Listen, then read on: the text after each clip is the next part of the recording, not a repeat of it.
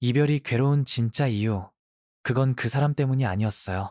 이별이 힘든 이유는요, 그 사람이 정말 대단해서가 아니에요. 당신이 그 사람을 못 잊는 것도 그 사람이 너무 특별했기 때문만은 아니에요. 진짜 이유는 당신이 스스로를 어디에 두고 있는지와 관련이 있습니다. 아마 지금 당신 마음속 어딘가엔 이런 문장이 자리하고 있을 거예요. 그 사람 없이는 내가 아무것도 아닌 것 같아. 이 문장, 사람을 가장 깊게 무너뜨리는 말이에요. 사랑을 잃고 자신을 잃는다. 이별을 하고 나면 대부분의 사람들이 겪는 감정이 있어요. 슬픔, 공허함, 원망, 그리고 가장 무서운 건 자기 상실감이에요. 내가 이렇게까지 약했나? 나는 왜 이 관계에 이렇게 목숨을 걸었지? 그 사람 없이는 아무 의미 없는 사람처럼 느껴져. 이건 사랑을 잃은 게 아니라 자기 자신의 일부를 통째로 놓쳐버린 느낌이죠. 그 사람을 놓친 게 아니라 그 사람과 함께 정의된 나 자신을 잃은 겁니다. 사실 이별이 아픈 이유는요, 단순히 추억이 많아서가 아니라 그 사람이 내 삶의 정체성의 일부가 되어버렸기 때문이에요. 사랑하면서 우리는 자기도 모르게 그 사람을 중심으로 내 인생을 설명하기 시작하거든요. 나는 이 사람이 좋아하는 스타일로 옷을 입는 사람이야. 이 사람이 없으면 주말에 의미가 없지. 나의 가장 행복한 순간은 이 사람이 옆에 있을 때였어. 그러다 그 사람이 사라지면요, 그 사람과 연결된 나도 동시에 사라져버리는 겁니다. 사랑은 두 사람의 이야기였는데 이별은 혼자만의 무대가 된다. 관계가 깨지고 나면 상대방은 나와의 모든 장면을 꺼내 정리할 시간이 있어요. 하지만 우리는 아직 거기 멈춰 있죠. 아직 정리하지 못한 기억 속을 떠돌며 마치 그날의 감정이 지금도 유효한 것처럼 살고 있어요. 왜 그럴까요? 그 사람과의 이야기를 너무 내 이야기처럼 흡수해버렸기 때문이에요. 사랑하면서 우리는 감정과 시간뿐 아니라 의미까지 줘버렸거든요. 그 사람과 함께한 시간만이 내가 살아있다고 느껴졌던 유일한 순간이었다면 이별은 단순한 관계 종료가 아니라 존재의 붕괴처럼 느껴지기도 해요. 그러니 그 사람을 그리워하는 게 아니라 그 사람과 함께 있을 때 느꼈던 내 감정을 그리워하는 겁니다. 아직도 이별이 아니라 그 순간에 갇혀있는 당신, 많은 심리학자들이 이야기해요. 이별 후에도 감정이 회복되지 않는 이유는 그 사람 때문이 아니라 정지된 기억 때문이라고요. 실제로 이별한 사람들을 대상으로 한 인터뷰에서 상대에 대한 미련이 남아있는 사람들이 가장 자주 언급한 문장이 있어요. 아직도 그 마지막 장면이 생생해요. 그날 했던 말이 자꾸 떠올라요. 그때 내가 왜 그런 말을 했을까 자책하게 돼요. 이건 기억이 멈춰 있다는 뜻이에요. 감정은 시간이 지나면 무뎌지지만 기억은 멈춰 있는 한 계속 현재처럼 작동하거든요. 그러니 시간이 흘러도 감정은 그대로 살아있는 거죠. 그리고 뇌는 그 기억을 해결되지 않은 사건으로 인식해요. 그래서 계속 그 사람을 떠올리게 만들고 감정을 다시 상기시키는 겁니다. 마치 아직도 이별 중인 것처럼. 나는 왜 이토록 오래 아파할까? 이 질문에 솔직하게 답해 볼까요? 어쩌면 당신은 그 사람을 잊고 싶지 않은지도 몰라요. 정확히 말하면 그 사람을 사랑하던 나를 놓고 싶지 않은 거예요. 사랑할 때의 나는 예뻤고 따뜻했고 설레었고 하루하루 살아있음을 느낄 수 있었으니까. 이건 사실이에요. 사랑받는다는 건 자기 존재가 뚜렷해지는 경험이니까요. 그 사람에게 사랑받는 내가 내 인생에서 가장 선명한 나처럼 느껴졌다면 그걸 잃고 싶지 않은 건 너무 당연하죠. 그러니까 지금 아픈 건 그 사람 때문이 아니라 그 사랑 속의 나를 포기하고 싶지 않아서예요. 미련은 감정이 아니라 자기 회피일 수 있어요. 한 가지 현실적인 얘기 해볼게요. 많은 상담 사례를 보면 이별 후 긴 시간 동안 회복하지 못하는 사람들에게 공통된 특징이 하나 있어요. 그건 바로 현실을 직면하지 않으려는 마음입니다. 사랑을 잃었지만 그 사람을 지워버리면 내가 공들여 만든 내 감정이 무의미해질까봐 그걸 차마 지우지 못하는 거예요. 하지만 이건 상처를 지키는 방식이 아니라 상처를 계속 들여다보는 방식이에요. 그러면 회복은 더뎌지고 이별을 견디는 내가 대단하다는 이상한 위안만 남아요.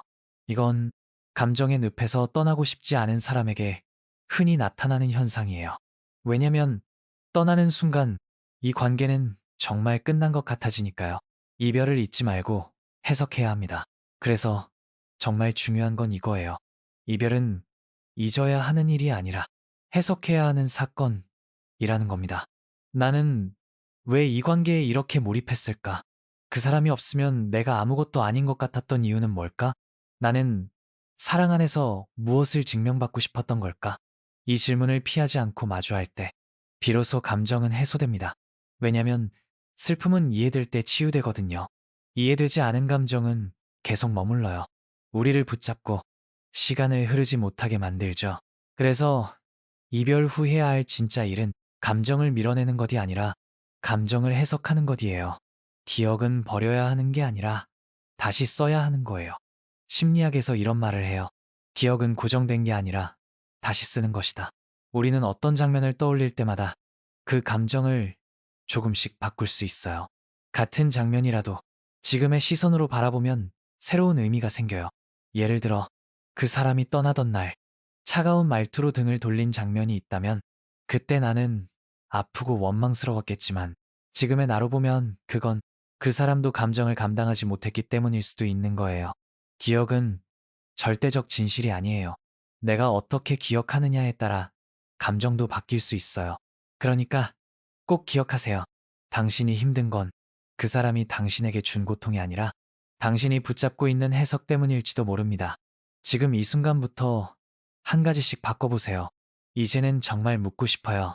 그 사람 없이는 아무것도 아니었던 나는 지금은 누구인가요? 이 질문에 당당하게 답할 수 있을 때까지 조금씩 다시 만들어가야 해요. 그건 절대 하루 만에 되는 일이 아니에요. 하지만 오늘은 바꿀 수 있어요. 내 감정이 자꾸 그 사람에게 가닿는다면 그 감정을 붙잡아 나를 위한 문장으로 다시 써보세요.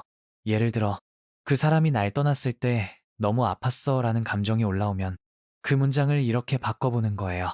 나는 누군가의 선택보다 나 자신을 먼저 돌보는 사람이 되어야겠다. 이건 감정의 흐름을 끊는 게 아니라 감정의 방향을 바꾸는 작업이에요. 그렇게 하나씩 그 사람을 중심으로 짜여진 세계를 다시 나를 중심으로 바꿔나가야 합니다. 그게 바로 진짜 이별을 마무리하는 방법이에요. 왜 감정은 끝났는데 나는 아직도 거기서 벗어나지 못할까? 어느 날 문득 이별이 끝난 지 꽤 오래됐다는 걸 깨닫게 됩니다.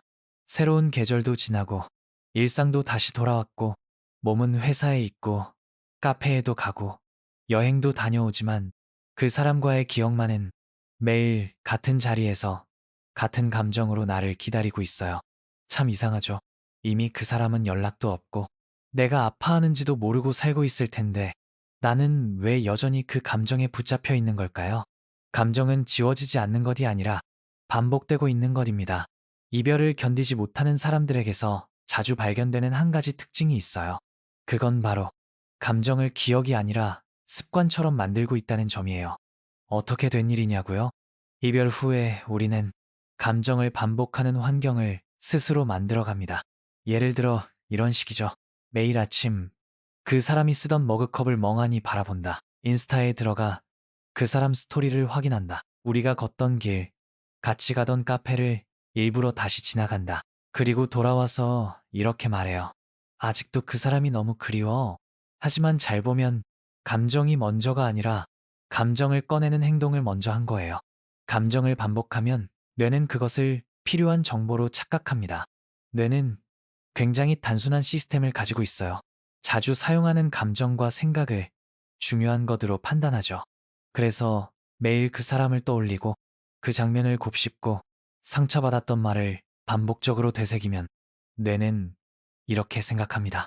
이건 자주 불러오는 정보니까 앞으로도 빠르게 접근할 수 있도록 저장해놔야지. 이게 바로 감정 회로의 강화예요.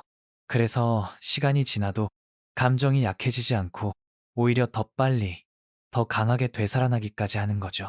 마음이 아니라 패턴이 당신을 괴롭게 합니다. 여기서 중요한 건 감정은 진심이지만 반복은 선택이라는 사실이에요. 처음에는 정말 힘들어서 울었지만 이제는 그 울음조차 습관이 된 경우도 많아요. 이별 후 몇 달이 지나도록 늘 같은 노래를 듣고 같은 시간을 슬픔에 할애하고 같은 방식으로 자기 탓을 하면서 마치 이렇게 말하는 사람처럼요. 나는 아직도 이 감정을 포기하지 못했어요. 아니, 이 감정을 포기하면 그 사람이 날 사랑한 것도 다 사라져버릴 것 같아요. 슬프지만 그 감정은 사랑이 아니라 미련의 의식이에요. 아직 나는 그 사랑을 기억하고 있다는 자기 암시의 반복일 뿐이에요. 잊는 건 배신이 아니에요. 자기를 지키는 방식이에요. 누군가와의 사랑을 잊는다는 건 그 사람을 지워버리는 게 아니라 내가 나로서 살아갈 수 있도록 중심을 되찾는 일이에요. 그런데 많은 사람들이 잊으려는 순간 죄책감을 느껴요. 내가 이렇게 쉽게 다른 길로 가도 되나? 이렇게 살아간다는 게 너무 잔인한 것 같아. 내가 더 오래 아파해야 이 사랑이 진짜였던 것처럼 느껴져. 하지만 생각해보세요. 그 감정을 오래 붙잡고 있는 게 진심의 증거일까요? 아니요. 진짜로 사랑했다면 당신을 더 괴롭히는 방식으로 그 사랑을 기억할 필요는 없어요. 기억을 버리라는 게 아니라 관점을 바꾸라는 말이에요. 심리 상담에서 자주 쓰이는 한 가지 기법이 있어요. 거리두기 기술, distancing technique 이라고 합니다. 자기 감정을 제3자 입장에서 바라보는 훈련이죠. 예를 들어 이렇게 생각해 볼 수 있어요. 내 친구가 지금 나처럼 이별을 못 견디고 있다면 나는 뭐라고 말해줄까? 그렇게 질문을 바꾸는 순간 놀랍게도 자기 감정이 선명해져요. 아, 이건 감정이 남아서가 아니라 그 감정에 너무 오래 머물러 있어서 힘든 거구나. 지금 이 사람은 사랑을 못 잊는 게 아니라 이별이라는 사건을 계속 붙잡고 있구나. 그걸 깨닫는 순간 감정은 통제 가능한 것으로 바뀝니다. 마치 멀리서 바라보는 것처럼요. 한 가지 질문으로 감정 회로를 끊어보세요. 이런 질문을 한번 던져보세요. 이 감정, 지금 꼭 느껴야 하나요? 물론, 감정은 억지로 끊을 수 없어요. 하지만 그 감정이 올라올 때마다 자기 안에 일종의 간섭 회로를 만들 수는 있어요. 지금 이 슬픔이 과연 나를 앞으로 나아가게 하는가? 아니면 또다시 같은 자리로 끌어당기는가? 이 질문은 감정을 차단하는 게 아니라 감정을 선택하게 만들어줍니다. 그리고 그 순간부터 당신은 감정에 끌려다니는 사람이 아니라 감정을 다루는 사람이 되는 거예요. 실제 사례 하나 들어볼게요. 제 지인 중에 한 명은 7년 사귄 연인과 헤어진 뒤 거의 1년 넘게 미련에서 빠져나오지 못했어요. 매일 밤 같은 음악을 들었고 그 사람이 마지막으로 보냈던 메시지를 수십 번 읽었죠. 내가 그 사람을 얼마나 사랑했는지 잊고 싶지 않아서요. 그 말을 듣고 저는 이렇게 말했어요. 그럼 그 사람을 사랑하던 당신의 마음은 지금 어디 있어요? 그 친구는 아무 말도 하지 못했어요. 자신이 그 감정을 사랑이라 믿고 있었지만 실제로는 사랑하던 자기 모습을 기억하고 싶었던 거였어요. 그래서 제가 권했어요. 그 사람이 했던 말이나 행동 말고 그 사람이 있을 때 내가 했던 말과 표정만 써보라고. 놀랍게도 그 친구는 그걸 쓰다가 눈물을 흘리며 이렇게 말했어요. 사실 내가 그렇게 따뜻하고 예뻤던 적이 없었어요. 그걸 잊고 싶지 않았던 것 같아요. 맞아요. 이별이 괴로운 건 그 사람이 아니라 그 사람과 함께였던 내 모습이 너무 그리워서예요. 감정을 정리하는 데는 의식이 필요합니다. 그 후 그 친구는 작은 의식을 하나 만들었어요. 그 사람에게 받았던 편지를 종이에 다시 옮겨 적은 다음 마지막에 이렇게 덧붙였죠.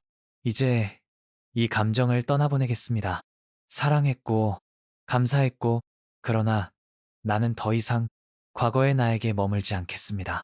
그 의식 하나로 모든 게 해결되진 않았지만 그날 이후로 감정은 훨씬 줄어들기 시작했어요.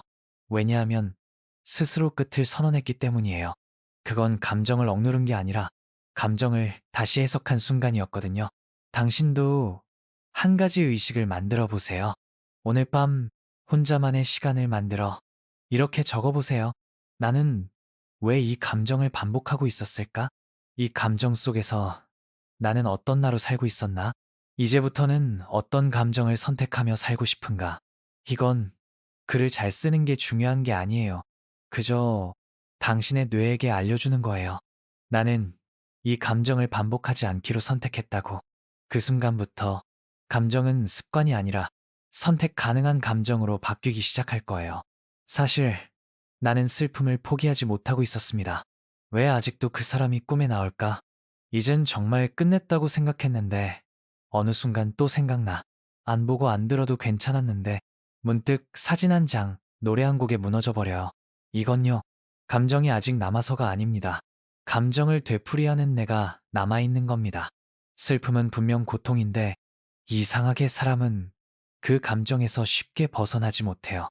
오히려 익숙함을 느끼고 때론 거기서 안정감마저 느끼기도 하죠. 왜냐고요? 그 슬픔 속에 자기만의 무의식적 보상이 숨어 있기 때문입니다.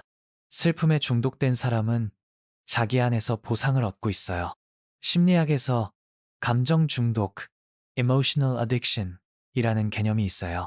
의외로 많은 사람들이 사랑이 아닌 감정 그 자체에 중독돼 있다는 겁니다.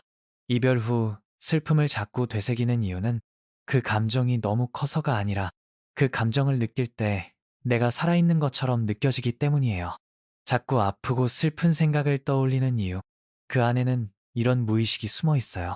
그래, 이 감정을 계속 느끼면 내가 그 사람을 정말 사랑했다는 걸 증명할 수 있어. 이 감정만큼은 절대 놓치지 말아야.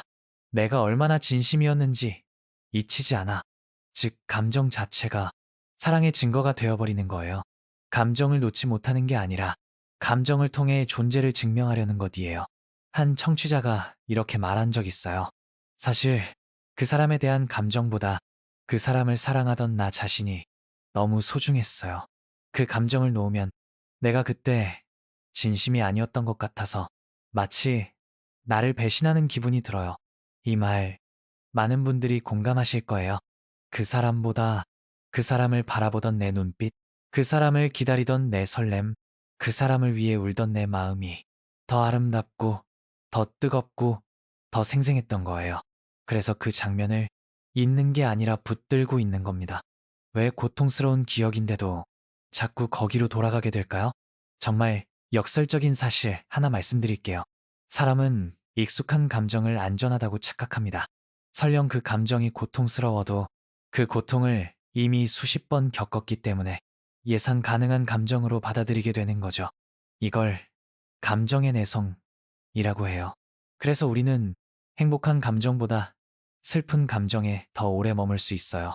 왜냐하면 슬픔은 이미 여러 번 경험했고 거기에 적응된 나 자신이 익숙하기 때문이에요. 마치 매번 똑같은 패턴으로 상처받는 연애를 반복하는 사람처럼요. 나는 왜 늘 이런 사람만 만날까? 가 아니라 나는 왜 익숙한 감정만 선택하는 걸까? 라고 물어야 해요. 감정에 중독되는 구조는 이렇게 시작됩니다. 행동경제학에서는 선택 피드백 루프, 초이스 피드백 루프라는 개념이 있어요. 내가 어떤 감정을 자꾸 선택하면 그 감정이 다시 나에게 돌아와 내가 그 감정에 맞는 사람이라는 정체성을 굳히는 과정입니다. 예를 들어 매일 나는 상처받은 사람이야 라고 말하고 그 감정 속에 머물면 뇌는 이렇게 생각해요. 좋아. 당신은 그런 사람이고 이 감정이 당신의 일상이야. 그래서 점점 더 슬픔에 반응하는 방식으로 세상을 바라보게 되고 기억도 선택적으로 그 감정에 맞춰 저장하게 됩니다. 결국 그 사람 없이도 슬픔이라는 상태가 일상이 되어버리는 거예요. 감정을 바꾸고 싶다면 정체성을 먼저 바꿔야 합니다. 많은 사람들이 감정을 바꾸려고 해요. 이제 안 울 거야. 이젠 그 사람 생각 안 할 거야. 다 잊을 거야. 하지만 이렇게 감정을 억지로 끊으려 하면 반대로 더 강하게 반동이 와요. 진짜 중요한 건 그 감정에 머물러 있는 나의 정체성을 바꾸는 거예요. 나는 늘 상처받는 사람이야. 나는 관계에서 나를 보호할 줄 아는 사람이야. 나는 항상 버려지는 쪽이야. 나는 이제 나를 먼저 선택하는 사람이야. 이렇게 나를 새롭게 정의하면 슬픔은 더 이상 나를 정의하는 도구가 되지 않아요. 감정 해독을 위한 실전 플랜. 지금부터는 아주 구체적인 실천 전략을 드릴게요. 이건 단순한 마인드셋이 아니라 당신의 뇌와 신경계가 감정을 정리할 수 있도록 돕는 과정입니다. 슬픔을 느끼는 패턴을 관찰하세요. 언제, 어디서, 무엇을 할 때 그 사람이 떠오르나요? 그 감정 직전에 내가 어떤 행동을 하고 있었는지를 적어보세요. 그 감정이 나에게 주는 보상을 찾아보세요. 이 감정을 느끼면 나는 어떤 위안을 받나요? 내가 정말 사랑했던 사람이라는 이미지? 이 감정을 느끼는 나는 진짜였다는 자기 증명? 패턴을 끊는 행동 하나를 설정하세요. 슬픔이 올라올 때마다 정해진 행동 하나를 반복하세요. 예. 손을 가볍게 턴다. 물 한 컵 마신다. 짧은 산책. 명확한 자기 문장. 말하기. 나는 이 감정에 붙잡히지 않겠습니다. 감정 일기를 써보세요. 단, 감정 자체보다 감정에 반응한 내 행동을 기록하세요. 감정이 아니라 내가 만든 선택을 추적하는 거예요. 하루에 5분만이라도 감정 없는 나를 연습하세요. 감정이 올라오지 않는 상태를 인위적으로 만들어 보세요. 심호흡, 음악, 산책, 몸의 감각에 집중하기. 이는 감정의 디폴트를 재설정하는 훈련입니다. 가장 강력한 해독은 내가 이 감정을 선택할 수도 있다는 자각입니다. 사람은요, 감정을 조절할 수 있는 존재예요. 단, 감정은 조절하려고 하면 저항하고 선택할 수 있다고 느끼면 순해집니다. 그러니까 이렇게 말해보세요. 나는 이 감정을 오늘만큼은 쉬어가겠다. 나는 이 슬픔을 내 정체성으로 쓰지 않겠다. 나는 더 이상 상처받는 사람으로 남고 싶지 않다. 이건 절대 이별을 잇겠다는 선언이 아니에요. 이별로부터 나를 회복시키겠다는 의지의 표현입니다. 그 사람은 떠났는데 나는 왜 여전히 나를 망가뜨릴까? 이별하고 나면 가끔 이런 말이 입에서 나옵니다. 다 내가 못나서 그런 거야. 내가 좀 더 잘했으면 이별하지 않았을 텐데. 내가 그때 너무 감정적으로 굴어서 다 망쳐버린 거야. 이런 말들은요, 그저 자책에서 끝나지 않아요. 어느 순간부터는 스스로를 꾸준히 깎아내리는 하나의 습관이 됩니다. 그리고 그 습관은 결국 자기 파괴적인 사고와 행동으로 이어져요. 자기를 탓하는 말, 자기를 의심하는 시선, 자기를 포기하는 습관. 이별 후에 이 감정들이 반복될수록 당신은 사랑을 잃은 사람이 아니라 자기를 잃어버린 사람이 되어갑니다. 사실 그 사람이 아니라 내가 나를 버렸던 거였어요. 많은 사람들이 말합니다. 그 사람이 날 떠났어요. 그 사람이 날 사랑하지 않았어요. 그 사람은 나를 필요로 하지 않았어요. 그런데 말이죠. 이별 후에 진짜 아픈 건 그 사람이 나를 떠난 사실이 아니라 그 사람을 붙잡기 위해 내가 나를 버렸던 기억이에요. 그때 나는 왜 그렇게까지 참고 있었지? 왜 나는 내 감정을 억누르면서도 그 사람을 탓하지 않았지? 왜 나는 그 사람 눈치만 보면서 내 마음을 무시했을까? 이게 진짜 상처의 시작이에요. 이별 후 가장 깊은 통증은 그 사람이 남긴 빈자리가 아니라 그 사람에게 맞추기 위해 비워냈던 나 자신 때문이에요. 나 자신을 향한 죄책감이 슬픔보다 오래갑니다. 심리 상담 현장에서 자주 듣는 말이 있어요. 그 사람은 나쁜 사람 아니었어요. 그래서 더 미안해요. 결국 나만 감당을 못한 것 같아서요. 이 말 안에는 나는 감정 관리조차 못한 사람이라는 자기 낙인이 숨어 있어요. 그 사람을 탓하지 않는 건 좋은 태도처럼 보이지만 사실은 비난의 화살을 자기에게 돌린 것일 수 있어요. 사람은요, 누군가를 비난하지 않으면 반드시 자신을 비난하게 돼 있어요. 그래서 이별 후 이상할 정도로 자기 탓을 계속하게 되는 겁니다. 자책은 고통을 줄여주지 않아요. 오히려 고통을 정당화합니다. 여기서 심리적으로 가장 무서운 구조가 하나 생깁니다. 내가 잘못했으니까 이 정도는 괴로워도 돼. 이 고통은 내가 자초한 거야. 이 아픔을 견뎌야 다음 사랑에서 더 잘할 수 있어. 이건 마치 내가 고통을 감수해야 다시 사랑받을 자격이 생긴다는 착각이에요. 그런데 이런 사고는 시간이 갈수록 더 큰 고통을 선택하게 만들고 그 고통을 겪는 나에게 어떤 위안을 느끼게까지 만들어요. 왜냐고요? 고통이 클수록 나는 이 관계의 진심이었다는 증거가 되는 것 같거든요. 그러다 보니 스스로를 더 괴롭게 만들면서 슬픔이라는 이름의 의무를 수행하는 사람처럼 살아가요. 이별 후에도 나는 계속 나를 벌하고 있었어요. 하루 세 끼는 챙겨 먹으면서도 감정은 굶기고 사람들과는 웃으며 지내면서도 밤이면 자신을 질책하고 일은 열심히 하면서도 자기 마음을 아무도 돌봐주지 않는 채 두는 것. 이게 바로 이별 후 자기 감정 방치 상태입니다. 이 상태가 오래되면 슬픔은 무감각해지고 대신 무기력과 자존감 저하가 찾아오죠. 그리고 그건 이렇게 이어져요. 나는 소중한 사람이 아니야. 나 같은 사람은 또 실패하겠지. 사랑받을 자격이 없나 봐. 이건 이별의 여파가 아니라 나 자신을 괴롭히는 생각의 루프입니다. 그리고 그 루프를 지금 당신이 끊지 않으면 어떤 관계에서도 계속 자기 자신을 희생하는 패턴이 반복될 겁니다. 나를 벌주는 관계를 끊지 못하는 사람들. 이별은 끝났는데 이전보다 더 자기 파괴적인 관계에 빠지는 경우가 있어요. 예를 들어, 감정적으로 무시당하는 사람에게 또 끌린다든지, 헌신과 희생만 반복되는 연애를 또 한다든지, 인정받기 위해 끊임없이 애쓰는 관계에 스스로 뛰어든다든지, 이건 자기 벌주기 심리, self punishment가 작동한 결과예요. 나는 아직 충분히 아프지 않았다. 나는 더 아파야 이전 관계에 대한 죄책감을 씻을 수 있다.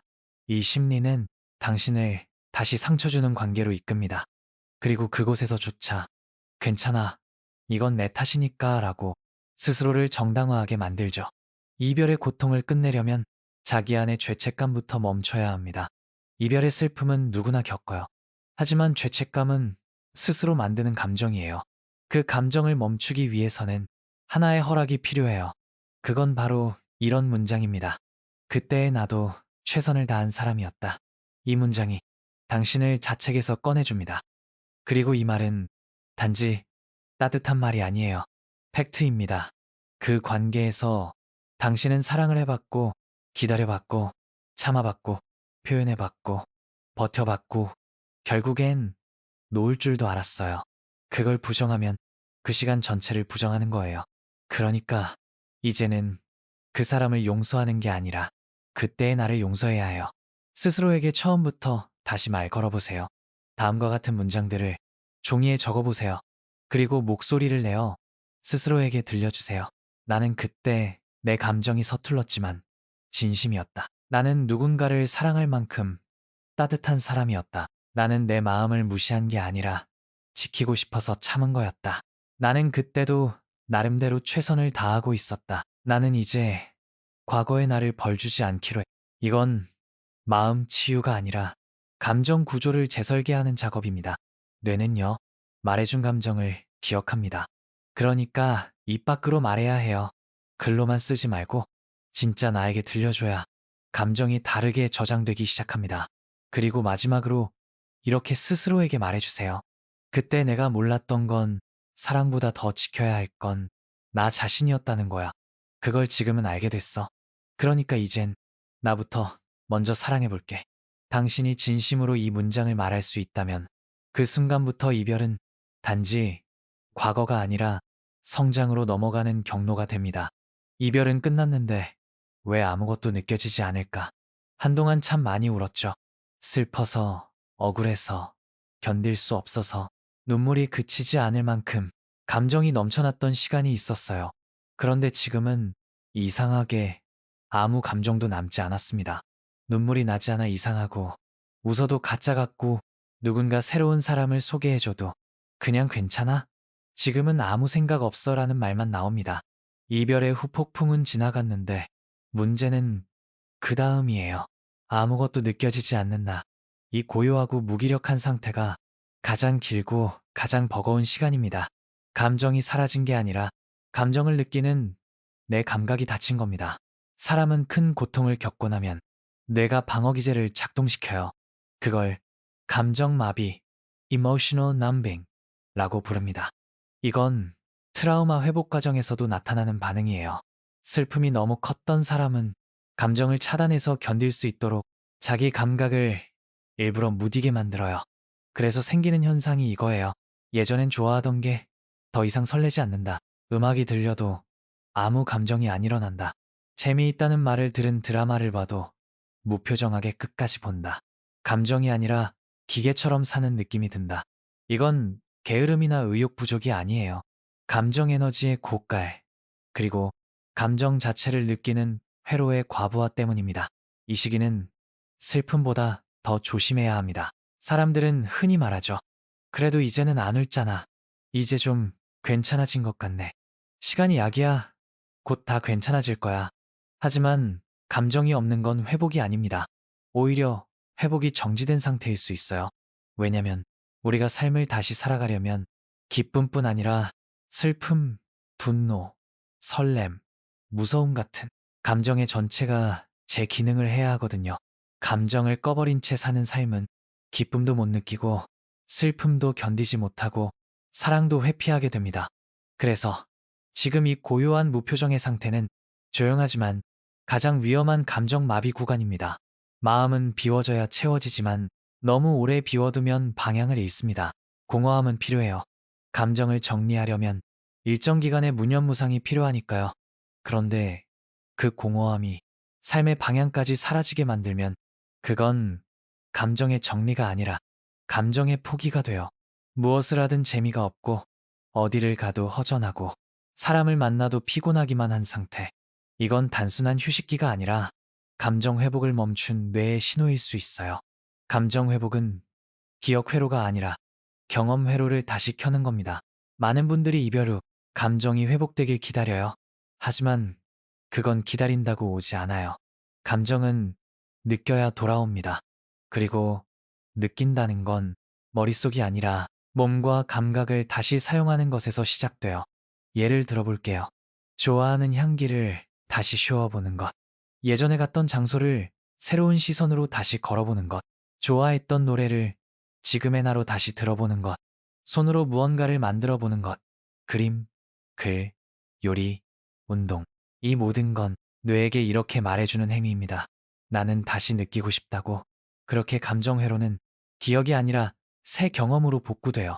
감정의 공백기에 가장 먼저 할 일은 감정의 타이틀을 붙이지 않는 것입니다. 나는 우울한가 봐. 내가 감정이 없는 사람으로 변했어. 이제는 아무도 사랑 못할 것 같아. 이런 말들은요, 감정을 설명하는 게 아니라 감정의 낙인을 찍는 행위예요. 뇌는 이런 문장을 기억합니다. 그리고 다음 감정을 느끼려 할 때, 아니야, 너는 그런 감정 못 느끼는 사람이잖아 하고 스스로 그 회로를 차단해요. 그러니까 감정이 느껴지지 않을 때는 그저 이렇게 말해줘야 해요. 아, 지금은 감정이 쉬고 있는 중이야. 조금 있다가 다시 오겠지. 감정을 멈춤이 아닌 잠시 멈춤으로 받아들이는 것. 그것이 뇌에게는 회복의 가능성을 남겨주는 태도예요. 감정을 되찾기 위한 5일 루틴. 지금부터 제안드릴 건 무리하지 않는 선에서 감정을 서서히 깨우는 루틴입니다. 데이 2일. 감각 자극하기. 눈, 코, 귀, 입, 피부 중 하나를 선택해 새로운 감각을 넣어주세요. 예. 익숙하지 않은 음악 듣기, 향기로운 차 마시기, 새로운 재료로 요리하기, 데이. 몸을 움직이기. 무리한 운동이 아닌 몸이 살아있음을 느끼는 움직임. 예. 맨발 산책, 계단 오르기, 가벼운 요가, 데이 3. 외부와 작은 연결하기. 사람을 만나야 한다는 강박은 금물. 예. 카페 가서 창가에 앉기, 아는 가게 사장님에게 인사하기, 데이 4. 감정일기 쓰기, 5문장만. 중요한 건 정확한 감정 이름 붙이기가 아니라 그냥 지금 떠오르는 느낌을 적는 것. 예. 잘 모르겠지만 그냥 멍함. 그래도 나쁘지는 않다. 데이요. 내 감정을 위한 선물 하나 주기. 스스로에게 작은 기쁨 하나 선물하세요. 예. 갖고 싶었던 컵, 좋아하는 빵, 따뜻한 물로 긴 샤워. 이 5가지를 매일 하나씩 반복하면서 뇌는 이렇게 학습합니다. 나는 다시 감정을 느끼는 사람으로 돌아가고 있어. 언젠가 다시 사랑할 수 있을까요? 많은 분들이 묻습니다. 저 같은 사람도 다시 사랑할 수 있을까요? 이렇게 감정이 없는 상태에서도 다시 누군가를 좋아하게 될까요? 정답은 단 하나예요. 사랑은 준비된 사람에게 돌아옵니다. 그 준비는 멋진 사람이 되는 것도 아니고 아무렇지 않은 척 하는 것도 아니고 억지로 감정을 밀어내는 것도 아닙니다. 그저 내 감정을 다시 느끼고 다시 쓰고 다시 믿는 연습을 하는 것. 그게 전부예요. 그러면 사랑은 꼭 누군가가 찾아오기 전에 먼저 내 안에서부터 다시 자라나기 시작할 거예요.